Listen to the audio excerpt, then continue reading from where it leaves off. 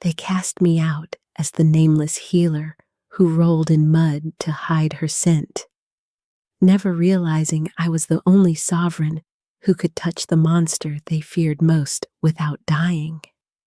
No warrior could tame the northern direwolf, but when I stepped into the path of his snapping jaws, the beast didn't kill me.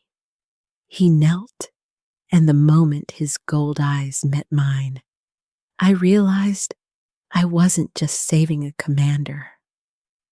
I was claiming a mate who was already being eaten by the very shadows I had spent my life running from. I was the girl everyone forgot, until the monster everyone feared decided I was the only thing worth remembering. Lyra knelt in the damp soil, her fingers stained dark with the juice of crushed fever roots. The air in the dead woods was thick, tasting of old rot and damp moss, but she inhaled it like a lifeline because it masked her own scent. For 5 years, she had lived as a ghost on the edge of the world, hiding the royal blood that pulsed through her veins like a death sentence. To the outside world, she was just a nameless healer with dirt under her fingernails and a heavy cloak to hide her face. Deep down, she knew the truth. She was the last of a slaughtered lineage, a Luna without a pack. She worked quickly, her heart a steady drum against her ribs. Every snap of a twig in the distance made her breath catch. She knew Malicor's scouts were always out there, sniffing for the copper tang of her father's bloodline. Because of that, she rolled in the pungent mud of the creek every morning, a ritual of survival that made her skin itch and her soul ache. The forest was silent today, a heavy, suffocating kind of quiet that felt like a predator holding its breath. Without warning, the wind shifted. The scent hit her like a physical blow, bitter, metallic, and smelling of deep, wet shadows. It wasn't the clean musk of a wolf, but something corrupted, something dying. Her pulse raced as she stood, clutching her basket of herbs to her chest, as if it could protect her from the darkness creeping through the trees. She should run. Every instinct she had perfected over years of hiding screamed at her to vanish into the mist. Yet, a strange, ancient humming began in the marrow of her bones, an answering call to the agony she smelled on the breeze. What followed was a sound that tore through the silence of the woods, a howl so jagged with pain it felt like a blade against her skin. It wasn't a call for help. It was a death rattle. Still, she found herself moving toward it, her feet stepping over gnarled roots as if pulled by a string. She told herself she was going to help a wounded animal, but she knew better. No animal had a presence this heavy, this terrifying. As if the forest watched, the trees seemed to lean back, clearing a path to a small clearing near the Black Creek. There, the world tilted. A wolf the size of a mountain lay collapsed in the dirt, its fur the color of a midnight storm. But the fur was matted with black, oily veins that pulsed with a sick light, the shadow rot. Lyra's breath hitched. No warrior could tame the northern direwolf, and yet here was the legend himself, dying in the dirt. The air thickened as Lyra stepped into the clearing, the metallic scent of the plague nearly choking her. The massive wolf's ears twitched, and in the span of a breath, he lunged.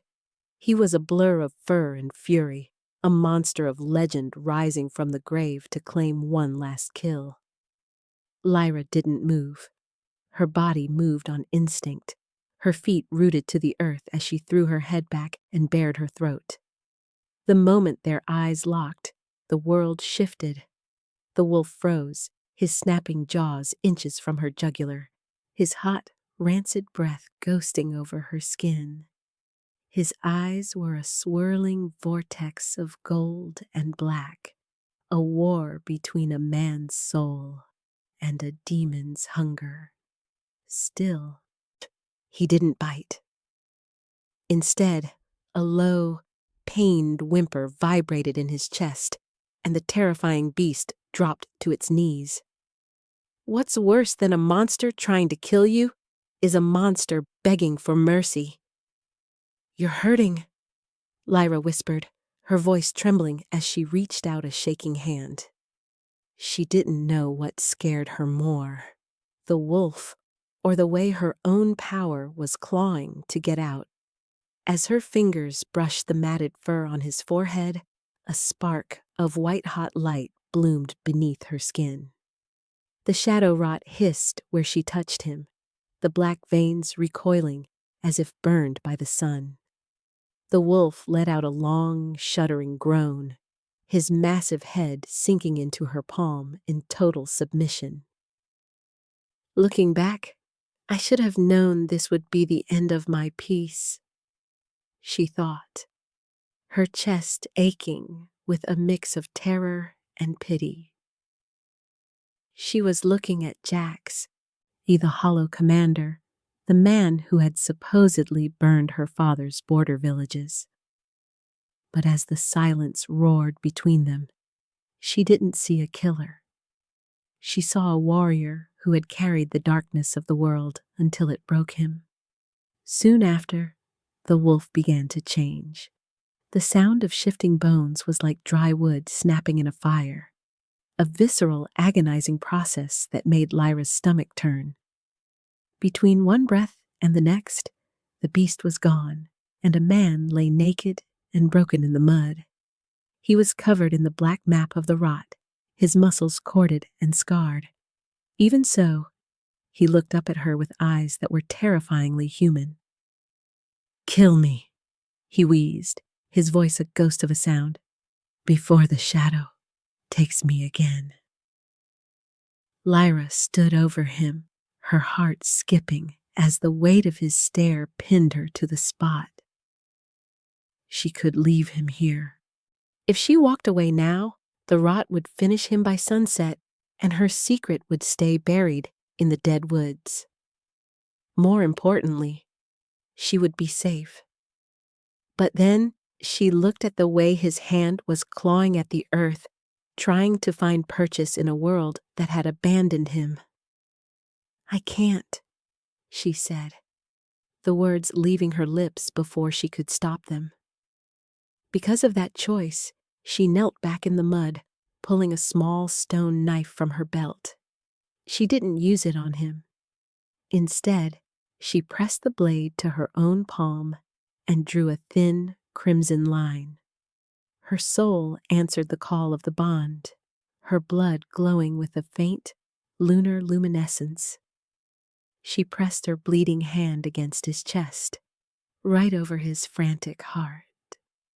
As the truth unraveled, the black veins on his chest began to glow a dull, angry purple. Jax let out a guttural scream, his back arching as Lyra's blood fought the infection. It was like watching fire meet ice. The space between them burned with a heat that had nothing to do with the sun. Still, she didn't let go, even when the shadow rot tried to crawl up her own arms. "Why?" he choked out, his fingers bruising her wrists as he tried to push her away. "I am death." "Then we'll be dead together," she snapped, her internal monologue screaming at her for being a fool. She was the girl who hid in the dirt, yet here she was, pouring her life into the enemy. Maybe it was fate, or maybe she was just tired of being the only thing left of a dead pack. Moments later, a new sound echoed through the woods, the sharp rhythmic beat of paws on hard earth. Malakor's scouts. They weren't just sniffing for her anymore. They were tracking the scent of the commander's decay. To make things worse, Jax was unconscious now, his body limp and cold against the damp ground. Lyra looked at the massive man, then at the dark tree line where the enemy approached. "Get up, Jax," she hissed, grabbing his shoulders and trying to haul his dead weight toward the hidden cave. "You don't get to die yet." She didn't know how she found the strength, but her wolf pressed forward, flooding her limbs with the desperate, borrowed power. She dragged him into the shadows just as a silver-furred scout burst into the clearing. She held her breath, her hand clamped over Jax's mouth, their bodies pressed together in the dark. In that moment, as the scout sniffed the spot where they had been, Lyra felt it, etched in fire. The bond had snapped into place. She wasn't just hiding a man, she was hiding her mate, and she let it happen. I am a dead woman, and I am dragging a dead man with me. Lyra's muscles screamed as she hauled Jax's heavy, limp frame deeper into the throat of the mountain. The air in the cavern was stagnant, smelling of dry stone and old, forgotten earth. Yet it was the only sanctuary left. Outside, the brush crackled under the weight of Malicor's scouts, their hungry huffs vibrating through the cave walls. She could hear the silver-furred lead scout pausing just inches from the entrance, sniffing the air for the copper tang of her blood and the rot of the commander. Because of that, she pressed her back against the jagged rock, her heart hammering against her ribs like a trapped bird. She watched the shadows dance at the cave's mouth. Her breath held until her lungs burned. If the scout stepped inside, she would have to kill it with her bare hands, an act that would scream her location to the entire Northern Territory. Still, she didn't move, her hand still clamped firmly over Jax's mouth to stifle his ragged, unconscious moans. To make things worse, the black veins on his neck began to pulse with a feverish heat. The shadow rot sensing the proximity of other shifters and hungry to spread. The scout let out a frustrated yip, the scent of the bitter fever roots Lyra had smashed at the entrance finally masking their trail. Soon after, the sound of retreating paws faded into the distance, leaving Lyra alone in the dark with a man who was as much a weapon as he was a patient. Her body moved on instinct as she collapsed beside him, her strength finally failing. Her thoughts spun, weaving through the terrifying reality that she had just saved the one man who could lead her enemies straight to her door. "Why did I do it?" she whispered into the gloom, her voice a ghost of a sound. Truth be told, she didn't have an answer that didn't involve the way her wolf stirred whenever he was near. She looked at his face, stripped of its commander's mask, and saw the raw lines of exhaustion etched into his skin. Maybe it was fate that brought the most powerful warrior in the North to the feet of the woman the North had tried to erase. Come morning, the cave was bathed in a weak, gray light that did nothing to warm the damp air. Lyra was startled awake by a low, guttural snarl that vibrated through the stone floor and into her very bones. She scrambled back, her heels catching on the uneven ground as Jax lurched upright. His eyes were no longer gold. They were pits of obsidian, the shadow rot having crawled into his mind while he slept. Without thinking, she reached for her satchel of herbs, but he was faster, his hand snapping around her throat with the strength of a crushing vice. "Where is he?" Jax rasped, his voice sounding like grinding stones. He didn't know who she was, and what's worse, he didn't seem to care. He saw a threat, a girl with royal blood that smelled like a challenge to his infected instincts. Lyra's vision blurred as the air was cut off, her hands clawing at his iron grip. Even so, she didn't shift. To shift was to reveal the white wolf of the Luna, a signal fire that Malachor would see from miles away. "Jax, stop!" she choked out, her fingers finding the wound on his chest where her blood had begun the healing process. In that moment, she pressed her thumb deep into the tender, silver-scarred flesh. A beat later, Jax roared, the pain cutting through the darkness in his mind like a lightning strike. He released her, falling back against the cave wall as he gasped for air, the black veins in his eyes receding just enough for the gold to peek through. As the silence stretched, the weight of his stare turned from murderous to horrified. "You," he whispered, his chest heaving. "You're the girl from the woods. And you're the man who almost just broke my neck," Lyra snapped, her voice trembling with a mix of fury and lingering fear. She rubbed the bruised skin of her throat, her internal state a mess of jagged nerves. She wanted to run, but deep down, she knew the truth. If she left him now, he would turn back into that monster and hunt her down anyway. The tension broke when Jax tried to stand, only to collapse back onto the furs she had laid out. He was a king in tatters, a commander without an army, and it made Lyra's heart ache in a way she couldn't explain. Despite that, she moved toward him, her hand steady as she prepared a poultice of moss and lunar leaf.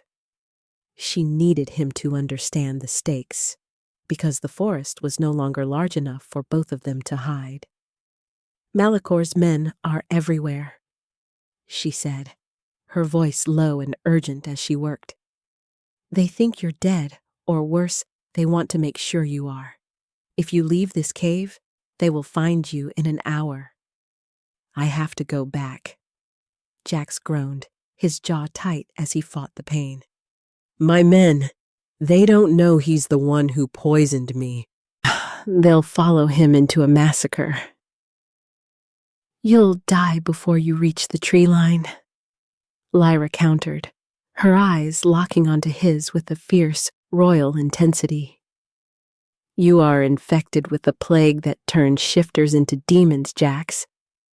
The only reason you're even breathing is because my blood is currently the only thing holding that darkness at bay." As if fate demanded it, Jax reached out, his fingers grazing the bandage on her palm.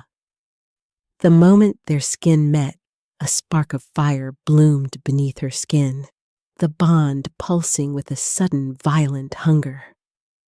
Her world tilted, the air in the cave suddenly too thick to breathe as the space between them burned with unspoken questions. He looked at her then, really looked at her, and she saw the realization dawn in his eyes. "Your blood," he whispered, his voice thick with wonder and dread. "You aren't just a healer. You're a Luna." "I'm a survivor," she corrected, her voice hard. "And if you want to stay alive, you'll do exactly what I say." Before he could speak, a distant horn echoed through the peaks, the sound of a hunt beginning. Lyra felt it, etched in fire, the urgency of their situation. She had crossed the threshold. There was no going back to her life as a ghost. Rather than hiding, she would have to lead this broken commander through the heart of her enemy's territory if they wanted to see another moon. "We move at sunset," she declared, her wolf pressing forward in her mind, demanding to be heard. "And you will follow my lead, or I will leave you to the shadows."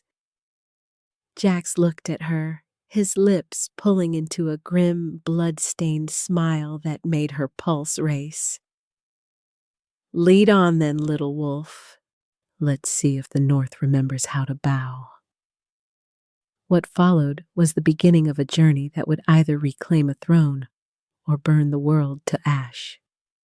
Lyra felt something inside her shift, the fear that had defined her for years finally melting into a cold, sharp resolve. She wasn't the girl everyone forgot anymore. In a single heartbeat, the world shifted, and she was the woman who held the fate of the northern direwolf in her blood-stained hands. Lyra stepped out of the cave's mouth, the transition from the stagnant warmth of the mountain to the biting wind of the frost-bitten peaks making her breath catch. The sky was a bruised purple, the sun dipping below the horizon like a dying ember, which meant the shadows were now their only allies. Behind her, Jax moved with a heavy rhythmic gait, his massive presence a constant heat at her back. He was still weak, his bones occasionally popping as the shadow rot fought against the lunar blood in his system, yet he refused to stay down. She moved with the silence of a ghost, her boots barely indenting the fresh powder, because she knew the weight of a single misplaced step could trigger an avalanche or alert a sentry. Still, the mountain felt different tonight. It felt crowded. Every rustle of the frozen pines seemed to whisper Malicor's name, and the air carried the sharp, ozone scent of a coming storm. What followed was a grueling climb up the devil's spine, a narrow ridge where the wind whipped her hair into her eyes like stinging needles. "Stay close," Jax murmured, his voice a low vibration that seemed to settle deep in her chest. No matter how hard she tried to focus on the path, her thoughts spun back to the bond pulsing between them. It was a physical thing now, a golden thread that tightened every time he stumbled, or every time his scent, cedar and old magic, drifted past her. Even so, she kept her distance, her internal state a mess of longing and ironclad discipline. She couldn't afford to love a man who was destined for a throne she had spent years trying to forget. Soon after they reached the first plateau, the air thickened with a scent that made Lyra's wolf stir in warning. It wasn't the rot, but the smell of siren frost, a rare, hallucinogenic moss that grew on the peaks to lure weary travelers into the abyss. Lyra quickly pulled a strip of cloth from her tunic, dousing it in a pungent vinegar she carried in her belt. She turned to Jax, her heart skipping at the sight of his glazed eyes as he began to drift toward the cliff's edge. "Jax, breathe this, now!" she commanded, her voice trembling as she pressed the cloth to his face. The moment their eyes locked, she saw the fog in his mind battle with the fire in his soul. He gripped her wrists, his fingers like heated iron against her skin, and for a heartbeat, time stood still. Rather than pulling away, he leaned into her, his forehead resting against hers as the vinegar cleared his senses. As the silence roared, she realized how small she felt in the shadow of his frame, and yet he was the one leaning on her for survival. "You keep saving me, little wolf," he rasped, his breath hot against her cold cheeks. "In fact, I'm starting to think you're more dangerous than the plague." "I'm the only thing keeping your heart beating, Commander," she countered, though her pulse raced at the predatory intensity in his gaze. She pulled away, her bones remembering him even as she forced herself to keep moving. Despite that, the space between them burned, a lingering heat that the mountain's frost couldn't touch. What's worse than the environment was the reality that they weren't alone on the devil's spine. Without warning, a massive white wolf, a frost guard, loyal to Malachor, leapt from a hidden crag, its claws raking across the stone where Lyra had stood a second before. Her body moved on instinct as she rolled, her hand catching on a sharp rock that sliced her palm open. The scent of her royal blood hit the air like a dinner bell. As fire bloomed beneath her skin, the frost guard snarled, its eyes fixated on her with a hunger that wasn't just physical. "Mine," Jax growled, the word a tectonic shift that shook the very ground. Before either could speak, he shifted. It wasn't the agonizing, broken change from the cave. This was a war shift, fueled by a protective fury that turned his golden eyes into suns. He lunged, a blur of midnight fur against the blinding snow, and slammed into the frost guard with enough force to crack the ice. Lyra watched, her chest aching with a mix of terror and awe as the two beasts tore into each other. She felt it, etched in fire, every blow Jax took and every ounce of strength he exerted. The air thickened with the smell of blood and wet fur, the sounds of snapping bone echoing off the peaks. To make things worse, the frost guard was fast, its white coat making it almost invisible in the storm. Yet Jax fought with a savage, desperate grace, his direwolf form dwarfing the guard as he pinned it to the ledge. "Jax, watch out!" Lyra screamed as a second guard emerged from the mist. Before she could move, her own wolf pressed forward, demanding to be let out. She felt her bones begin to hum, her vision sharpening until the world was nothing but shades of gray and red. Still, she held back, knowing that if she shifted, the light of the Luna would be seen for miles. Instead, she grabbed a heavy, frozen branch, her heart pounding as she stepped into the fray to defend the man who was bleeding for her. As if fate whispered, Jax delivered a crushing blow that sent the first guard tumbling into the darkness below.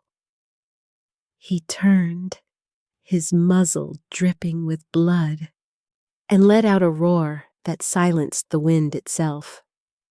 The second guard froze, its instincts screaming that it was facing an alpha of the old world. In that moment, the tension broke, and the guard fled back into the whiteout, leaving them alone in the silence that followed. Jack shifted back, his body steam-shrouded and covered in fresh gashes, his eyes searching for her through the snow. Eventually, he found her, his hand reaching out to steady himself against her shoulder. As the bond pulsed, Lyra felt a wave of his exhaustion wash over her, followed by a surge of possessive love so strong it made her knees weak. "You're hurt," he choked out, looking at her bleeding hand. "It's just a scratch," she lied, but deep down she knew the truth. Her blood had been tasted by the mountain, and Malachor would be coming for the rest of it. She didn't know what scared her more, the army following them, or the fact that she would go through hell again just to keep Jax breathing. Lyra wrapped a scrap of her cloak around her sliced palm, the fabric instantly soaking through with a vivid, glowing crimson that looked like spilled starlight against the snow. Beside her, Jax was a statue of wounded granite, his breath coming in ragged plumes of steam that smelled of iron and raw power. The air on the high ridges had turned razor sharp, cutting into her lungs with every gasp. Yet she couldn't stop to rest. Because of that, She grabbed Jax's hand, her fingers interlacing with his as she pulled him toward the jagged silhouette of the iron gate, the border where Malicor's territory truly began. What followed was a descent into a world of oppressive gray, where the trees were no longer skeletal, but twisted into grotesque shapes by the lingering corruption of the shadow pack. Still, Lyra's heart skipped every time a branch snapped, her hypervigilance reaching a fever pitch as the sovereign hum in her blood intensified. She felt Jax's grip tighten, his knuckles white against her skin, and she knew he could feel it too. The sensation of 1,000 eyes watching them from the gloom. Truth be told, they were no longer just two exiles in the wind. They were a beacon of light walking straight into the mouth of a hungry god. "We're crossing the line," Jax whispered, his voice a low rumble that vibrated through her arm. "Once we pass those stones, there is no more hiding your scent." The midpoint shift hit them the moment they reached the base of the frost-bitten peaks, where the mountain gave way to a valley of black, stagnant pines. Lyra froze as she spotted a familiar, horrific sight. The remains of a healer's camp, burned to ash and scattered with the same black, oily sludge that had infected Jax. Without thinking, she knelt by the ruins, her hand brushing a charred piece of wood that bore her father's crest. As the silence roared, a shadow detached itself from the trees, and Malicor stepped into the clearing, his eyes glowing with a sick predatory glee. "I expected the wolf to be dead, but I never expected to find the ghost of the North holding his leash," Malicor mocked, his voice slick like oil on water. In that moment, Lyra felt her world tilt. She didn't look at Malicor. She looked at the silver chain hanging from his neck, where her father's royal signet ring dangled like a trophy of war. Her internal state shattered, the fear she had nurtured for 5 years turning into a white-hot, blinding fury that made the air around her begin to shimmer. Still, Malicor laughed, a sound that made the shadow rot in Jax's system pulse in a violent, sympathetic rhythm. "You think you're saving him, little Luna?" Malicor sneered, gesturing to the black veins creeping back up Jax's neck. "In fact, I sent that plague to him specifically because I knew he would crawl to the dead woods. I knew he would lead me to you." Before either could speak, the game changed. Malicor let out a low, vibrating hum, a howl of command that wasn't a sound, but a psychic lash aimed directly at the rot in Jax's mind. Lyra's breath caught as she watched Jax collapse to his knees, his hands clawing at his skull as the obsidian darkness flooded his eyes once more. What's worse, the ground began to heave as shadow creepers, shifters fully consumed by the plague, emerged from the mud like a nightmare made flesh. "Jax, look at me!" Lyra screamed, her voice trembling as she threw herself in front of him, her arms spread wide to shield his broken form. Rather than fleeing, she stood her ground, her royal blood singing a song of defiance that made the black-veined monsters hesitate. Between one breath and the next, she realized that Malicor's strengths weren't just in his warriors, but in his ability to turn their own natures against them. Deep down, she knew the truth. She couldn't win a fight of strength against an army, but she could win a fight of souls. "Run, Lyra!" Jax groaned, his voice a guttural snarl that sounded more like the beast than the man.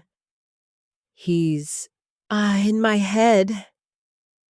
"I don't leave my pack," she snapped, her bones remembering the weight of the crown she had once refused. As the wind shifted, bringing the scent of 100 more enemies, Lyra realized they were being herded toward the ice-slicked gorge, a natural trap where the only exit was a 1,000-foot drop. Despite that, she grabbed Jax's collar, her wolf pressing forward in her mind with a ferocity she had never felt before. She dragged him toward the ledge, the air thickening with the smell of wet fur and impending death. In a single heartbeat, the world shifted, and Lyra realized that to save the man she loved, she would have to jump into the very darkness she had spent her whole life running from. "Trust me," she whispered, her name hanging in the air like a prayer. Without another word, she pulled him over the edge of the cliff, just as Malicor's claws grazed her cloak. As they plummeted into the whiteout below, Lyra felt the bond pulse one last time, a frantic, burning fire of desperation. She didn't know if they would hit the water or the stone, but she knew that even in the shadows, they were finally falling together. Lyra's lungs burned as she breached the surface of the black river, the water so cold it felt like liquid needles stitching her skin shut. She gasped, her vision blurring as she scanned the churning white foam for any sign of a midnight dark pelt or a human hand. Soon after, she spotted him, a heavy shadow sinking beneath the current, the obsidian veins of the shadow rot glowing like dying embers under the water. Her body moved on instinct as she dived, her fingers locking into his tunic with a grip that defied the numbing frost. What followed was a desperate scramble against the river's rage, her muscles screaming as she dragged Jax toward a shelf of smooth, wet stone. Still, the weight of him was nearly more than her human frame could bear, and her chest ached with the terror that he had stopped breathing. Because of that, she hauled him into a hidden alcove behind a frozen waterfall, a place where the roar of the water drowned out the screams of the hunt above. She collapsed over him, her breath hitching as she pressed her ear to his cold, scarred chest, praying for a heartbeat. "Don't you dare leave me in this dark," she whispered, her voice a ragged thread in the gloom. Maybe it was fate, or maybe it was the sheer force of her will, but Jax suddenly lurched, coughing up a lungful of icy water.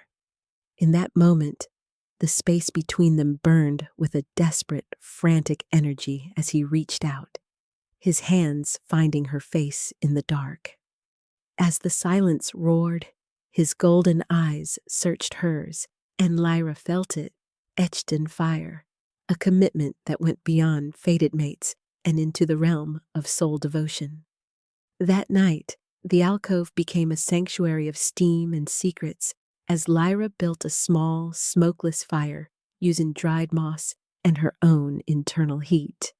She sat close to Jax, her cloak draped over both of them, the proximity making her pulse race until her thoughts spun. Rather than pulling away, Jax moved closer, his hand coming to rest on her thigh, with a possessive weight that made her breath catch. In fact, the burning fire between them was so intense, it seemed to push back the very walls of the cave. "You chose me over your safety," Jax rasped, his eyes fixed on the way the firelight danced across Lyra's neck. "Malicor told the truth. He used me to find you, and yet you still jumped." "I didn't jump for the commander of the North," she said, her voice trembling with a vulnerability she could no longer hide. "I jumped for the man who looked at me in the dead woods and chose not to bite." Deep down, she knew the truth. She was falling in love with the man who was a walking target, but she didn't care. To make things worse, the shadow rot was visible again, creeping toward his heart, and Lyra knew what she had to do. Without thinking, she pulled her stone knife and reopened the wound on her palm, the scent of her lunar blood filling the small space instantly. She offered her hand to his lips, her heart skipping as he hesitated, his expression one of pure, agonized longing. "Drink," she commanded, her voice soft but laden with the authority of a queen. As if pulled by a string, Jax leaned forward, his tongue grazing her palm as he took the healing power of her blood. As fire bloomed beneath her skin, Lyra felt their bond pulse with a violent rhythmic thrum, their souls intertwining until she couldn't tell where her fear ended and his strength began. It was a major success that brought them closer than ever, but she felt her own strength begin to wane, the cost of the cure taking its toll on her spirit. The air thickened as the bond reached a critical juncture, the physical intimacy of the act triggering a secondary shift in both of them. Jax's skin began to glow with a faint silver light, mirroring the lunar energy in Lyra's veins, so while her wolf pressed forward, demanding to be acknowledged as his equal. Between them, something cracked, the last of the barriers they had built to protect themselves from the world. "If we do this," Jax whispered, his lips inches from hers, "there is no turning back. I will be your shield, but you will be my soul, my life for yours." "My life for yours," she repeated, her voice a vow that echoed in the stillness of the cave. The moment their lips locked, Lyra felt her world tilt, the intensity of their passion more explosive than any battle she had ever fought. It was a point of no return, a definitive commitment to a path that would lead them directly back to Malicor's palace. Still, as she felt his hands tangle in her damp hair, she knew she would rather burn in this fire than freeze in the isolation of her past. Before either could speak again, the bond pulsed with a sudden sharp warning. From there, Lyra looked toward the waterfall, her instincts surging as she realized the shadow rot wasn't just a plague. It was a beacon. Malicor was no longer just tracking them. He was calling to the darkness inside Jax, and the connection was growing stronger with every heartbeat. "We can't stay here," she said, her voice hardening with a new, dangerous resolve. "He's coming, and this time, I'm not running." Jax stood, his strength restored but his expression grim. "Then we give him the fight he's been looking for." What followed was the beginning of their march toward the final confrontation. Two exiles bound by blood and fire, ready to challenge a god. Lyra felt a growl rise in her throat. Her transformation from a ghost to a sovereign nearly complete. She didn't know if they would survive the dawn, but as she looked at Jax, she knew that for the first time in her life, she was exactly where she was meant to be. Lyra's breath hitched as they emerged from the base of the waterfall, the mist clinging to her skin like a cold shroud. They had barely moved a mile through the dense gray fog before the air began to vibrate with a frequency that made her teeth ache. It was a low, subsonic thrum, the kind of sound that didn't enter through the ears, but through the marrow. Without warning, Jack stumbled, his hand flying to his temple as a guttural cry ripped from his throat. The howl of command was no longer a distant threat. It was a physical invasion, Malacor's voice echoing inside Jax's skull with the weight of a mountain. What followed was a nightmare made manifest as the silver light in Jax's eyes was snuffed out by an oily obsidian tide. Still, Lyra tried to reach for him, her fingers grazing his arm, but he recoiled as if her touch were a brand of white-hot iron. His face contorted, the muscles shifting and roiling beneath his skin in a way that looked like worms crawling in the dark. Because of that, she realized the terrible truth. Malachor wasn't just calling Jax, he was reclaiming him. To make things worse, the shadow creatures from the gorge began to materialize from the fog, their eyes glowing with the same dead black light that was currently swallowing her mate. "Jax, fight it!" she screamed, her voice breaking against the roar of the river. Instead of an answer, Jax turned toward her, his lips pulling back to reveal elongated fangs that dripped with a dark, necrotic foam. The man who had kissed her with such desperate tenderness only an hour ago was gone, replaced by a hollow shell of hunger and rage. In that moment, the antagonist delivered his major blow, not with a claw, but with a word. From the trees, Malachor stepped out, his hand raised as if pulling invisible strings, and Jax dropped to all fours, his spine snapping into the shape of the beast. The loss of hope was a physical weight that threatened to buckle Lyra's knees as she watched her protector become her predator. Malachor laughed, the sound a jagged glass shard in the silence as he walked toward them with the casual arrogance of a victor.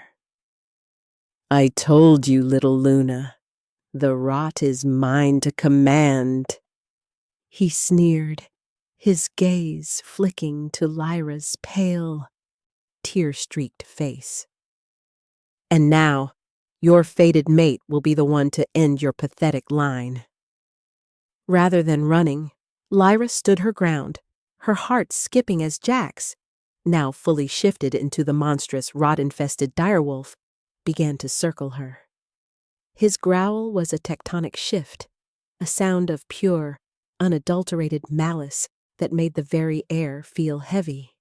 Still, she didn't shift into her own wolf, her internal state a mess of grief and stubborn, irrational love. She looked into those black pits where his golden eyes used to be, searching for a single spark of the man who had promised his life for hers. "You're in there, Jax," she whispered, her voice trembling but clear. "No matter how hard he pulls, you are mine." But then the betrayal occurred, not of the heart, but of the blood. Malachor snapped his fingers, and Jax lunged, his massive weight pinning Lyra against a frost-covered oak with enough force to crack the wood. Her chest ached under the pressure of his paws, his hot, foul breath huffing against her throat as his jaws opened wide. In the span of a breath, she realized her lowest point had arrived. The only man she had ever trusted was about to tear her throat out on the orders of the man she hated most.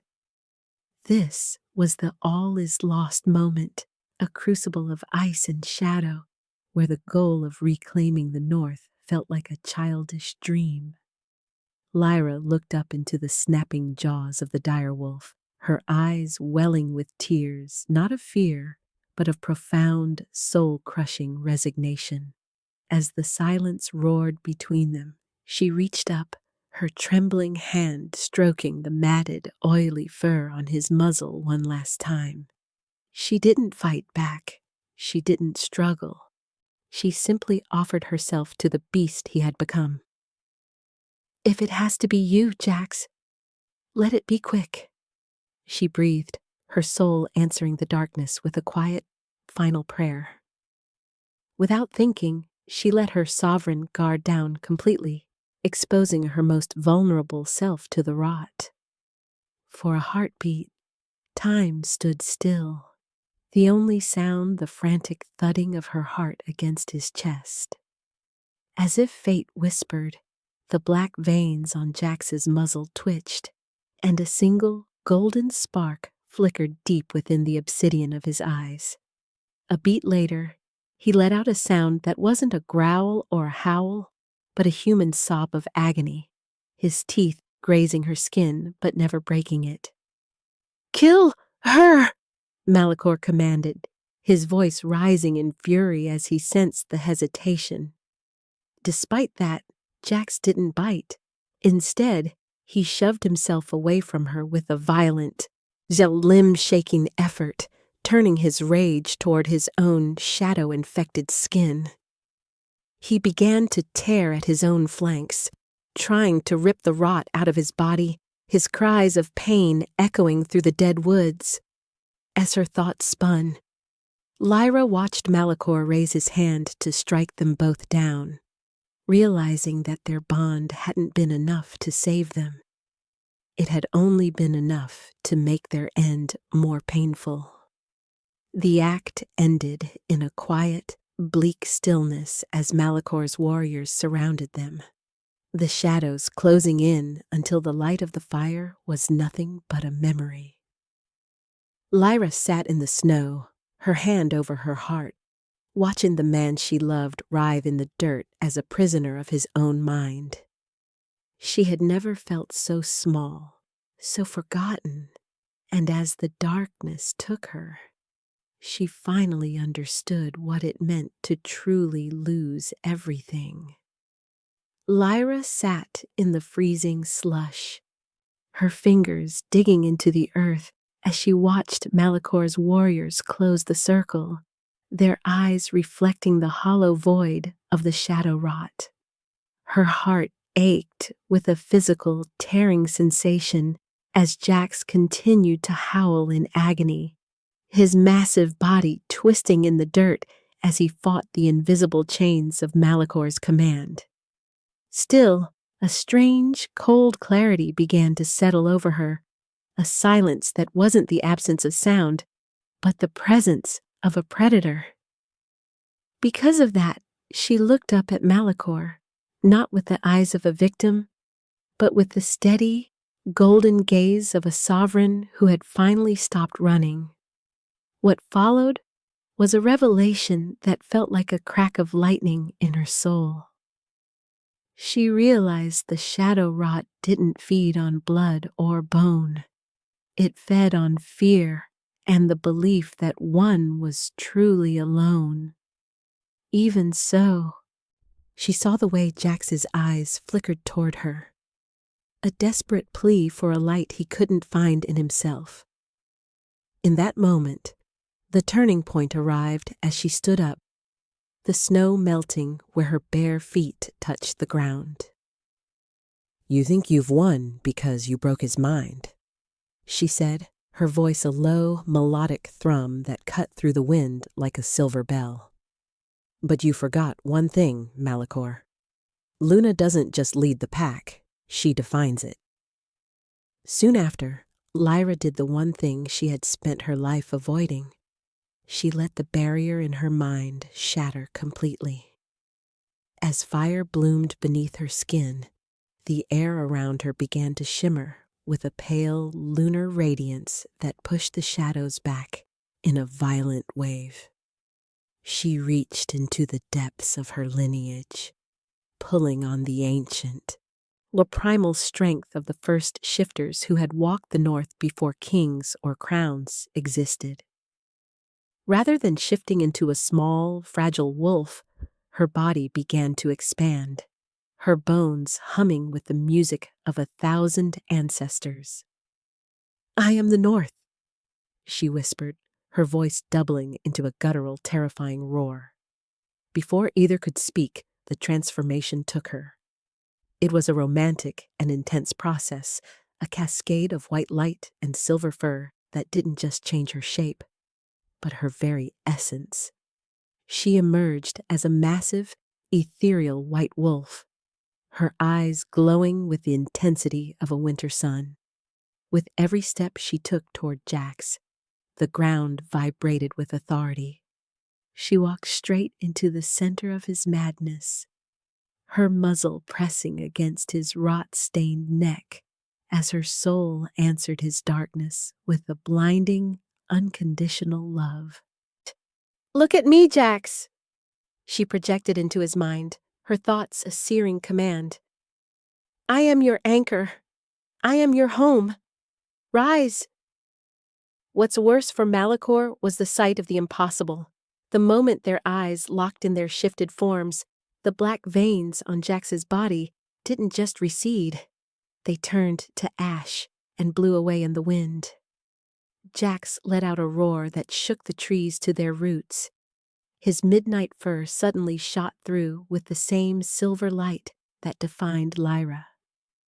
As the bond pulsed, the forgotten who had been hiding in the shadows of the woods began to emerge. Shifters Malachor had discarded, now drawn to the light of a true Luna. "The hunt is over, Malachor." Lyra's voice echoed through the clearing, a psychic weight that made the enemy warriors drop to their knees. The tension broke as the final plan formed in a heartbeat. Lyra didn't wait for a signal. She lunged toward the palace, her massive paws tearing up the frozen earth as Jax ran beside her, a twin engine of destruction. Behind them, the ragtag army of outcasts followed, a sea of fur and teeth fueled by a renewed hope they hadn't felt in generations. To make things worse for the usurper, the blizzard itself seemed to turn, the wind whipping into a frenzy that blinded Malachor's remaining guards. "Tonight, we take back what was stolen," she thought, her pulse racing with the focused, driven energy. By the time they reached the gates of the ancestral palace, Lyra felt it, etched in fire. The direct confrontation was imminent. She saw the throne room doors ahead, and she knew that within those stone walls, the history of the North would be rewritten in blood and starlight. She didn't know what scared her more, the fight ahead, or the fact that she was finally ready to be the queen she was born to be. The moment their eyes locked one last time before the final charge, Lyra knew that no matter the cost, they were no longer exiles. They were the storm. Lyra's massive white paws hit the marble floor of the great hall, her claws leaving deep gouges in the stone that had once been her father's pride. The air inside was cold, tasting of ancient incense and the copper tang of Malachor's fear. Behind her, Jax was a shadow of midnight and silver, his snarl a tectonic rumble that made the chandeliers above them weep crystal tears. Still, Malachor stood on the dais, his hands glowing with a desperate, sickly purple light as he tried to summon the last of the shadow rot. Because of that, the air between them thickened, a battlefield of light and darkness where every heartbeat felt like a drum of war. What followed was a clash that silenced the wind outside. Malachor lunged, his form twisting into a grotesque, multi-limbed beast of shadow. But Lyra didn't flinch. Her body moved on instinct as she met him mid-air, her white fur clashing with his oily darkness in a blur of teeth and silver fire. In fact, the sovereign of gold and shadow was no longer just a title. She felt the very spirit of the North flowing through her veins, a raw power that burned away Malachor's corruption wherever her teeth sank in. The climax reached its peak when Malachor pinned her against the high throne, his claws raking toward her heart. But Jax was there in the span of a breath. He slammed into the usurper with a roar that shook the palace to its foundations, his jaws locking onto Malicor's throat, while Lyra channeled the full radiance of her lunar blood. As the bond pulsed, they struck as one soul in two bodies, their combined energy creating a blinding flare of white light that turned the shadows to ash.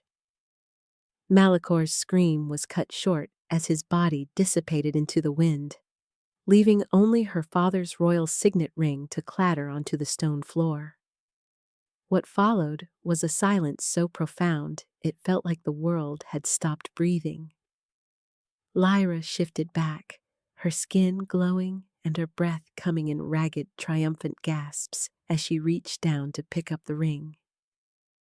Soon after, Jack stood beside her in human form, his chest heaving and his eyes, now a clear, brilliant gold, fixed on her with a devotion that brought tears to her eyes.